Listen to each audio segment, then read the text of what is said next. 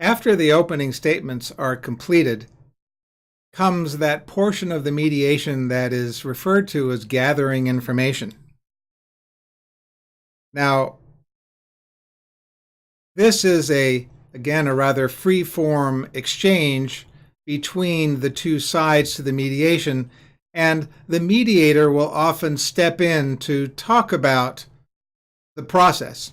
Now, if the two teams have begun a discussion where, say, one team is asking questions, exploring the other side's position and exploring the interests behind those positions, the mediator will often just let it run.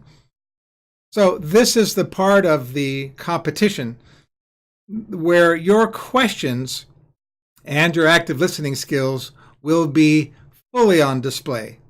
And you should prepare to, again, make it obvious to the judges exactly what you're doing. You are gathering information about key aspects of the factual case that perhaps are not evident to your side statement of the facts. Remember, there are secret facts that are held by both sides, and a large part of your job during this phase is to learn as much as you can about those additional facts and the interests that perhaps are articulated in those statements of facts that are important to the other side.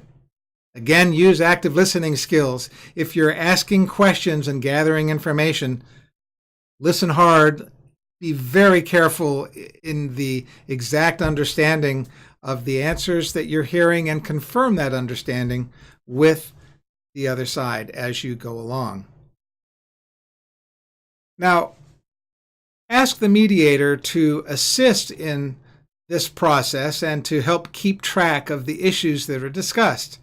The mediator may want to make notes on the whiteboard that will be in your room, or help the parties themselves generate a list of issues. And this happens sometimes in the tunnel focus that law students may bring to mediation. They'll forget that there is a professional mediator at the table, a very important resource to the discussion, and a person who should not be left out of the discussion. And if you sense that that is happening and maybe your give and take is going very well with the other side, don't forget that the mediator is sitting there, and look for an opportunity to involve the mediator. Let's look at the judge's scoring sheet again on using the mediator. The sheet says, making good use of the mediator, appropriate use of the mediator's assistance and response to mediator's interventions. Generally, working with the mediator in a constructive way. Very general rule, and sometimes it's simply a matter of involving the mediator in order to be seen by the judges as working effectively, especially at this information gathering portion of the round. Now, the last point here is looking at the judges' score sheets on gathering information. It says, information gathering and ascertaining the other party's interests, seeking relevant information, and to understand the other party's interests. Demonstration of active listening skills. So we've talked about these aspects of information gathering.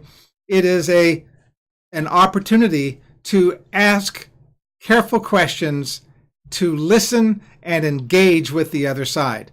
And as you do that, certainly don't forget that the mediator's at the table, and you want to use that mediator as a resource.